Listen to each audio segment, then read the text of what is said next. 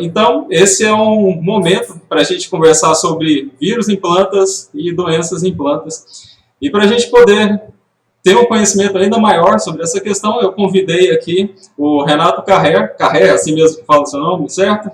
Isso. Que é a pessoa mais experiente nesse tema e que pode trazer, né, bastante clareza sobre essa questão. Eu vou fazer uma apresentação rápida aqui do Renato para quem está assistindo. Tá? O Renato ele é agrônomo, formado na Universidade Federal de Viçosa, com mestrado na Universidade de Viçosa também, correto? Com doutorado na UFG e está fazendo agora o pós-doutorado, correto? Em fitopatologia. Também é fundador do AgroConecta. Eu estou com um cartãozinho aqui em algum lugar para poder mostrar e depois eu mostro a imagem dele aqui para o pessoal conhecer. Também tem experiência como professor universitário e eu fiz algumas contas rápidas aqui. Dá para perceber que graduação, mestrado, doutorado, pós-doutorado são mais de 15 anos estudando, trabalhando e pesquisando esse tema, correto? Se essas contas estiverem muito reduzidas, se tiver ainda mais tempo e quiser me avisar, pode até complementar essa apresentação.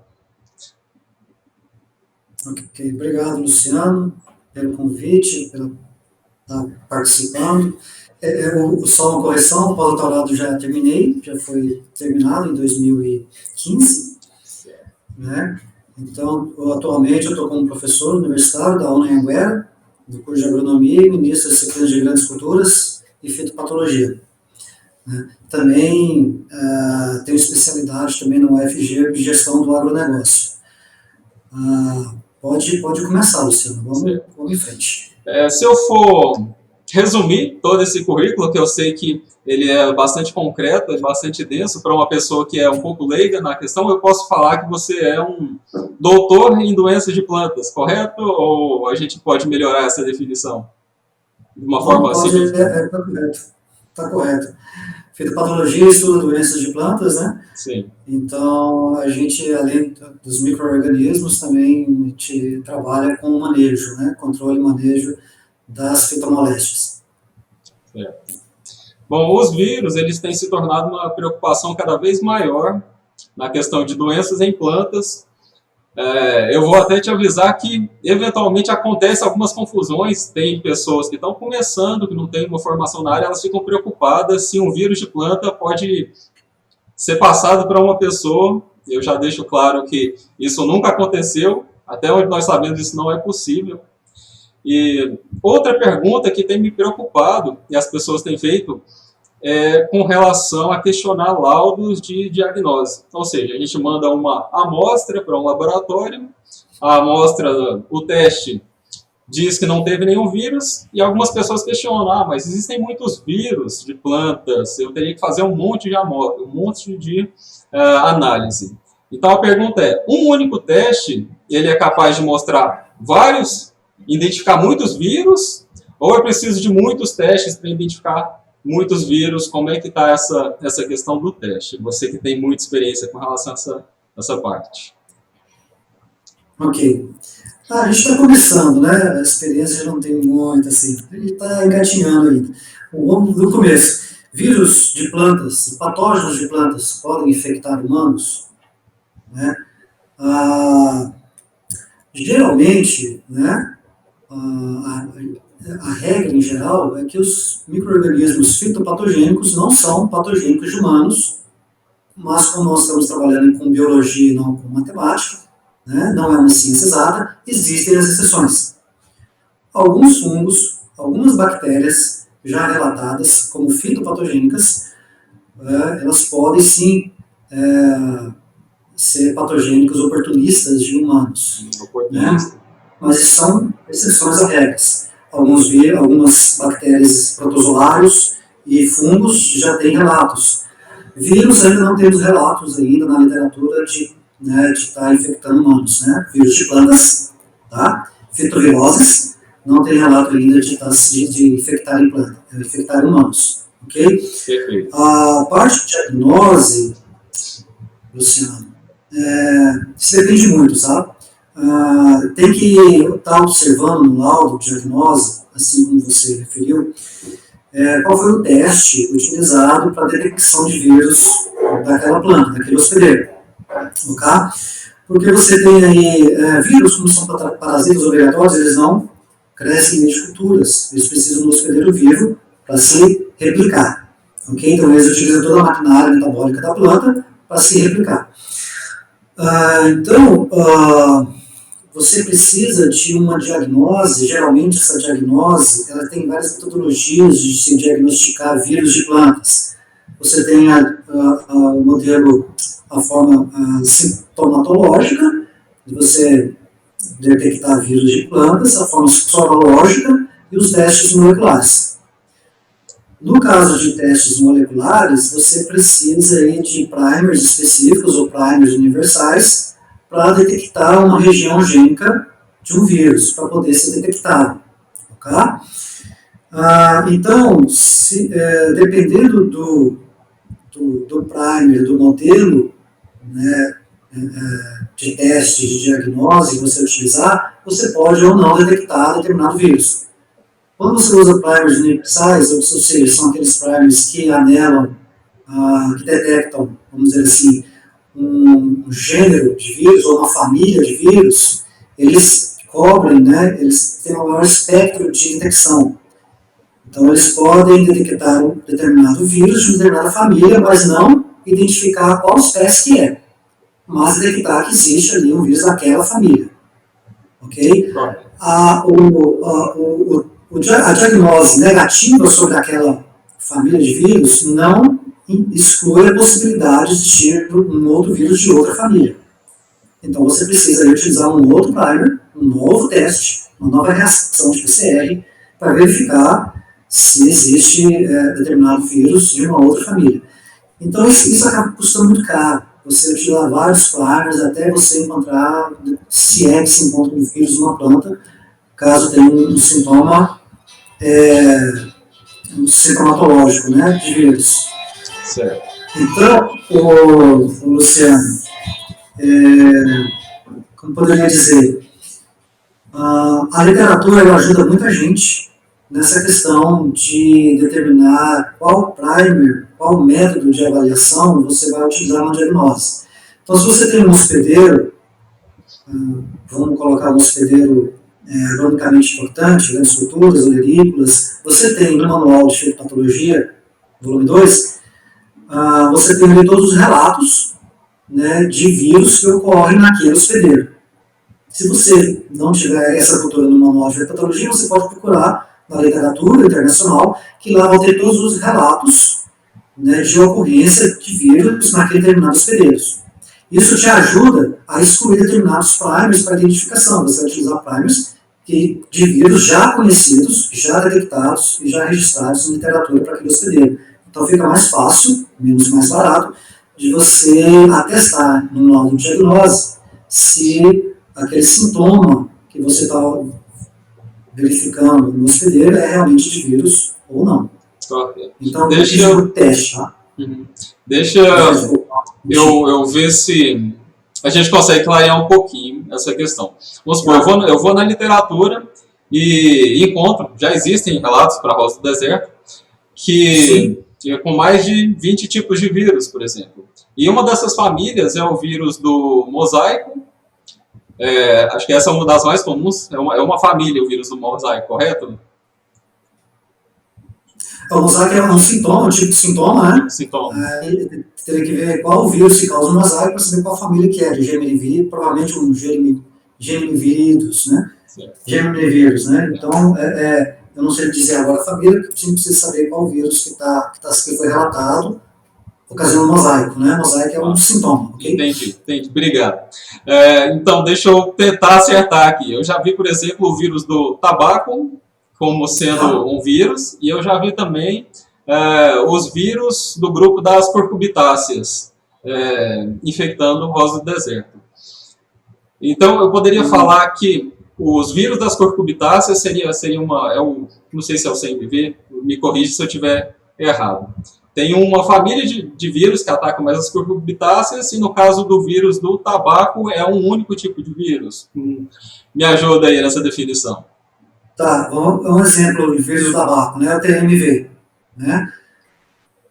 Tabaco mosaico virus. O TMV, ele foi, o primeiro registro dele, né, foi no fungo, na planta de fungo, por isso que ele levou o nome, né, de TMV, vírus do tabaco, né, mosaico do tabaco.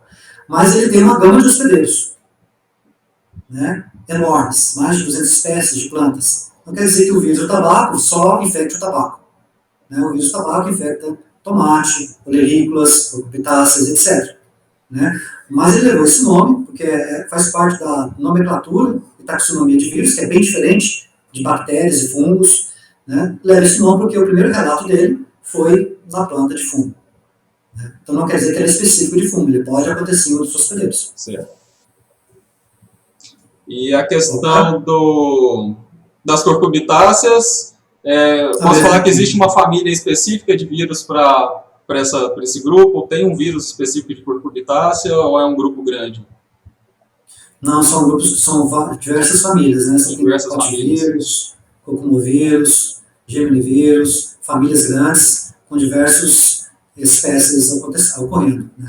Como é que eu defino uma família de vírus para a gente poder escolher um primer? Como é que funciona essa... Eu falar, isso aqui é uma família, se eu pegar um primer, eu vou conseguir identificar muitos vírus diferentes. Não, você não identifica muitos vírus diferentes, você identifica a família. Agora, saber qual espécie que está ocorrendo, né? Aí você precisa de um primer específico para aquele vírus, né, que pertence àquela família. Aí você vai ter que trabalhar com vários primers específicos, entende? Agora, os primers universais, eles estão... existem vários primers universais no mercado, né, na literatura, então a gente tem que fazer um estudo de qual primer é mais interessante utilizar no nosso... Se é um PCR convencional, se vai ser um PCR de tempo real, né? Então, dependendo do teste que você utilizar, você tem um primer mais adequado para usar. São a parte dos testes, né? São várias formas. A gente acaba não conseguindo conversar sem simplificar muito essa questão, né? Porque a gente estuda tanto tempo e as palavras que a gente usa são essas, né? A questão do primer, da PCR. A questão dos primers universais, que são aqueles que vão ser capazes de identificar mais do que um vírus, que identificam, no caso, uma família, eu consigo fazer, então, uma análise, e essa uma análise identifica muitos vírus de uma mesma família, correto? Não nesses termos. Assim, eu não vou identificar o tipo de vírus, eu vou identificar se tem vírus. Foi isso que eu entendi? Exatamente, na família, exatamente, isso aí. Perfeito. Assim, era isso que eu queria entender. Às vezes, a fitopatologia é bastante cheia de conceitos, sabe? Sim, sim. Acho que é esse caminho aí que você falou, isso mesmo. Acho que esse é o principal problema que confunde a cabeça das pessoas. Né?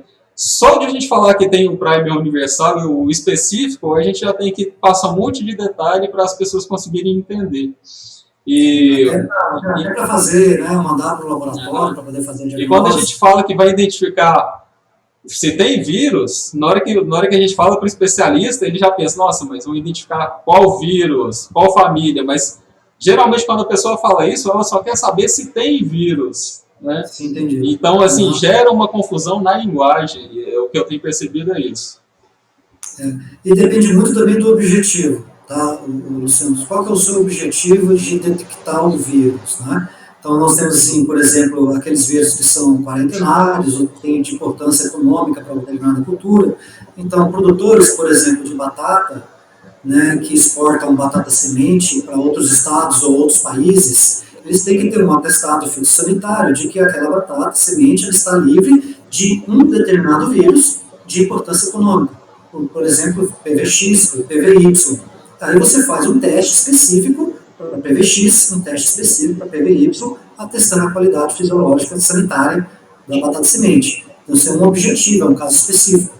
Agora, quando você quer determinar se tem ou não vírus, e geralmente plantas ornamentais são muito pouco estudadas na sua área de patologias, e você realmente desconhece, né, a origem, a espécie de vírus, então você trabalha com um primer mais amplo para determinar a família, se existe algum vírus daquela família, se a planta está realmente né, com sintoma de virose, ok? Então depende muito do objetivo que o produtor, a empresa, né, vai querer. Deixa eu te avisar, começou a chover mais forte por aqui, não sei se você vai escutar um chiado, se vai atrapalhar o som, mas essas coisas acontecem. Não, tá tranquilo. Tá tranquilo o som? Então tá ótimo. Uma outra insegurança das pessoas é com relação à consequência dos vírus para as plantas. Tem algumas fotos que mostram em uma rosa deserta normal e uma que foi identificada vírus e a gente vê que altera a aparência. Mas, de uma forma geral, aquilo que você conhece, quais que são essas consequências dos vírus para as plantas e se a gente precisa preocupar muito com essa questão? Tá. Não, agronomicamente falando, sim, a gente tem que se preocupar. Na maioria das vezes, os vírus fitopatogênicos, eles causam determinados tipos de sintomas e que não segue uma regra, né, para todos os hospedeiros. Então, você tem sintomas que podem variar até de um mesmo vírus para genótipos diferentes de uma mesma planta. Mas os mais comuns, né, são o mosaico, como você relatou mais cedo, né, encarquilhamento de folhas, nanismo, né, que é o subdesenvolvimento de plantas, elas ficam menores, mais raquíticas. Você tem um amarelecimento, né, de folhas, você tem aí superbrotação, né, você tem a bolhosidade, você tem sintomas de vamos dizer, bronzeamento, okay? De amarelecimento de nervuras. Então, são sintomas característicos, esses são os principais, né, de vírus em plantas. E como o vírus, para ele se replicar, ele precisa do aparato metabólico da planta, ele vai utilizando a energia da planta. Então, a planta vai ficando com esses aspectos, né, de mosaico, ou de nanismo, ou de encarquilhamento de folhas. E para culturas agronomicamente importantes, você baixa produtividade, você perde produtividade. Ok? Para os ornamentais, isso depende muito qual é a consequência do vírus na planta. Né? Você tem aí algumas tulipas, né, que tem determinadas colorações, como você falou, de flores, que são determinantes de vírus, né, e que não afetam a sua produção, fica até mais bonito. Mas em determinadas situações, os sintomas, sim, eles influem no desenvolvimento da planta. Né? Então, você perde poder econômico, porque não é um modelo do consumidor, aquele tipo de produto que você está oferecendo no mercado. Então, tem que se preocupar, sim. Você deu um exemplo interessante, que é a questão da mudança na cor da flor da tulipa, e eu já vi vários exemplos também de que vírus alteram a cor das flores. Nesse caso, de um vírus que ele não está atrapalhando o desenvolvimento da planta, ele está causando até uma alteração interessante ali na flor. Isso é preocupante, a pessoa pode manter essa planta no quintal, esse vírus pode começar a se espalhar e causar outro tipo de problema, ele modificar. Você tem alguma informação sobre isso? O que você acha? A pessoa pode manter essa planta no quintal sem problema? Você, para a produção própria, Luciano, de fundo de quintal ou de um viveiro próprio, sem fins comerciais, né, não vejo problemas. Né? Agora, se vai ocasionar um desenvolvimento de sintomas maior, isso vai depender muito do vírus e do hospedeiro, da planta. Porque você tem vírus de sintomas locais e vírus de sintomas sistêmicos. Né? Aqueles sistêmicos, ele afeta toda a planta. Né? Então, ele percorre toda a planta. E os locais ficam mais restringidos, né, no local de infecção. Então, isso para a produção própria, se não há nenhum desenvolvimento acelerado de sintomas que leve à morte da planta, eu não vejo problemas. Para comércio, para o comercial, você tem que, vamos dizer assim, você tem que colocar panos limpos na mesa, né? Então você tem que ser bem claro do que você está passando para frente. Okay? Perfeito. Eu ia comentar uma pergunta, mas já que a gente foi para a parte comercial, e você já falou essa questão, tem que ter clareza, né? Essa planta, ela é assim, ela tem esse formato, essa cor, porque tem um vírus que influencia. Em rosa do deserto, é muito comum as plantas enxertadas, ou seja, ela leva tudo junto, né? O enxerto, ele acaba levando o que a planta original tiver, ele leva junto. E você falou uma coisa muito interessante, que se a planta tem um vírus e esse vírus não está afetando o desenvolvimento, está afetando só uma característica na cor, a pessoa pode manter essa planta, não é um grande problema, correto? Até mesmo porque tem alguns vírus que não são transmitidos tão facilmente. Eu já ouvi até experimentos em que o pesquisador colocou o vírus realmente para mudar a cor da flor, só que ele não se espalha, ele meio que fica fixo naquela variedade. Não sei se você chegou a ver esse tipo de trabalho.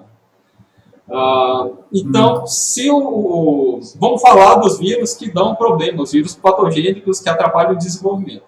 Se um produtor tem uma matriz que começa a apresentar sintomas, ele usa aquela matriz para produzir sementes, para tirar pedacinhos ali e fazer enxertos, qual que é essa responsabilidade do produtor com relação a essa matriz? Ele já tem que fazer um exame logo, para ele poder ter certeza qual é o vírus, ou ele já elimina logo essa matriz, aí tem que avaliar, né, o custo da análise e o custo de manter essa planta e às vezes espalhar vírus pelo país inteiro. Como é que você vê essa questão da responsabilidade do produtor com relação a esse tipo de vírus? Tá. Então vamos por partes. Essa é uma pergunta complexa. Muita coisa, né? Primeiro, Luciano, transmissão de vírus via sementes. Não é comum. Não é comum? Ótimo. Eu ia perguntar isso depois. mas continua, por favor. Existem, como biologia não é matemática, existem exceções. Existem vírus que são transmitidos por sementes. Quais são? Eu tenho uma lista aqui, eu posso até te passar depois, mas se você puxar na literatura, você me encontra. Então, o LMV é um exemplo, né? Em letus, no alface, é transmitido por sementes. Na alface? Mas não é comum. Mas não é comum.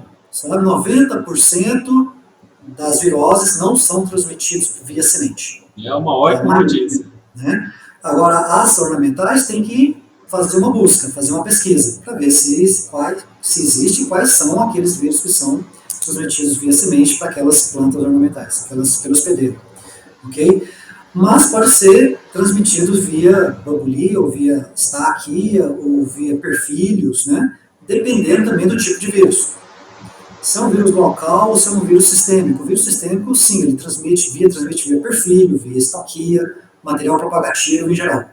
Aqueles vírus que tem um sintoma local, ou seja, ele só movimenta na planta de célula a célula, ele não consegue se translocar via xilema e floema, vasos vasculares da planta, ele fica mais restringido, né, podendo assim você eliminar o vírus da planta por cultura de tecido ou por uma outra técnica de perfilhamento, etc., dependendo do hospedeiro, né? Mas a responsabilidade do produtor, né, que vai colocar mudas, ou formar mudas, ou, enfim, né, para comércio, seria, sim, interessante atestar a sua matriz, fazer um laudo, né, atestando a sua qualidade fitossanitária, né, para usar aquela matriz como responsabilidade para, né, futuras gerações de plantas. E se tiver alguma suspeita, né, de virose, estudar qual tipo de vírus que está acontecendo e se ele é transmitido via alguma propagação vegetativa que ele realiza lá no viveiro ou em outro local, né? Então, tem que ter é bom ter esse controle para não virar, sabe, Luciano, uma coisa, assim, às vezes até é difícil de controlar futuramente, né? Então, o controle, o manejo, ele começa aí, viver idôneo. E todo viver idôneo, claro, ele é muito mais bem visto, muito mais bem quisto. Tá? O que eu percebi agora é que a situação é muito mais ampla do que eu imaginava, né? Pelo que você falou, que tem técnicas, né, técnicas de perfilhamento que a gente pode conseguir eliminar o vírus numa planta. Ou seja, o vírus ele não vai acompanhar todo o crescimento da planta, pode ter pedaços da planta que não tem o vírus, correto? E ainda tem a questão de ser possível obter sementes de uma planta com vírus e essas sementes não vão levar. É claro que isso depende de um estudo, mas isso já é conhecido na literatura e é comum, inclusive, né? Que muitas sementes não levam os vírus.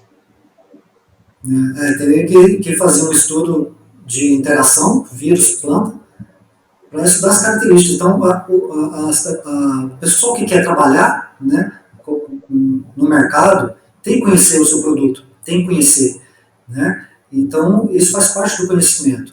Buscar entender as relações, não só de vírus, mas de doenças de plantas, né? As relações entre plantas e doenças, né? Micro-organismos patogênicos, para poder ter o melhor manejo, para oferecer, né, para o mercado produtos com qualidade. Essa é a parte que resolve, né? Ter o conhecimento. É o que eu falo sempre também, e acho que muita gente ignora essa questão. Só para a gente comentar mais uma questão que as pessoas têm uma certa insegurança, é com a forma de transmissão. Eu sei que a gente tem aí afídio, né, os pulgões, percevejos, mosca branca, ácaro, todos esses organismos eles transmitem vírus, inclusive o manuseio, né, ferramentas de corte. Tem alguma outra forma que é mais comum? Isso depende do vírus? Ou existem outras transmissões que eu não comentei aqui? Como é que é essa parte de transmissão? A transmissão, a mais frequente é por inseto vetor mesmo, né? E por sistema de poda, é muito comum também quando você realiza esse tipo de manejo em cultivos, né? Você não esterilizando a sua ferramenta, ou não fazendo um tratamento adequado na sua ferramenta, de planta a planta, você pode estar transmitindo, né, o homem pode transmitir, através de ferramentas, o vírus de uma planta doente para uma planta sadia. Né? Mas os insetos são os principais transmissores, né, de fitoviroses, né, de vírus em plantas. Tanto por forma de picada de alimentação ou por picada de prova, eles podem tanto transmitir o vírus como também adquirir o vírus de uma planta doente e se tornar um inseto virulífero capaz de transmitir um vírus para uma planta sadia. Esses são os principais, né? Vetores, podas, manuseio até com a mão também, né? Basicamente é o que você falou mesmo. Renato, eu já vou passar para a última pergunta, que é aquela questão de análise, mas eu vou... Tinha uma pergunta aqui no meio, mas você já respondeu, vou só tranquilizar um pouco as pessoas, porque tem aquela pergunta, eu sou colecionador, só tenho planta no quintal, minha planta está com cara de que tem um vírus, mas ela está crescendo normal. Aí as pessoas me perguntam, o que eu faço? Eu ponho fogo na planta, jogo fora, muita gente fala, para eliminar você tem que pôr fogo na planta, ela tem que virar cinza, porque esse vírus não pode ficar. Ou seja, tem que tomar cuidado com essa afirmação, tem que saber se esse vírus está atrapalhando o desenvolvimento da planta, correto? Ou se ele só mudou alguma questão, alguma característica na flor que é comum. Bom, com relação a uma pessoa ou um produtor que quer fazer análise, ele não tem um laboratório na cidade dele, ele quer enviar essa análise para algum laboratório, como é que ele faz para enviar esse material? Ele pode cortar e, vamos supor, deu algum problema no correio, ele pode guardar esse material durante algum tempo? Como é que é feito esse envio para o laboratório? Se você puder comentar um pouco sobre o custo dessas análises. E eu encontrei o cartãozinho aqui, e você pode ficar à vontade para comentar aqui também do AgroConecta, que é a sua empresa. E a gente vai finalizar por essa sua resposta, então. Tá bom, Luciano. Forma de envio de amostras para o laboratório. Ou seja, que seja para a universidade, ou seja para a iniciativa privada.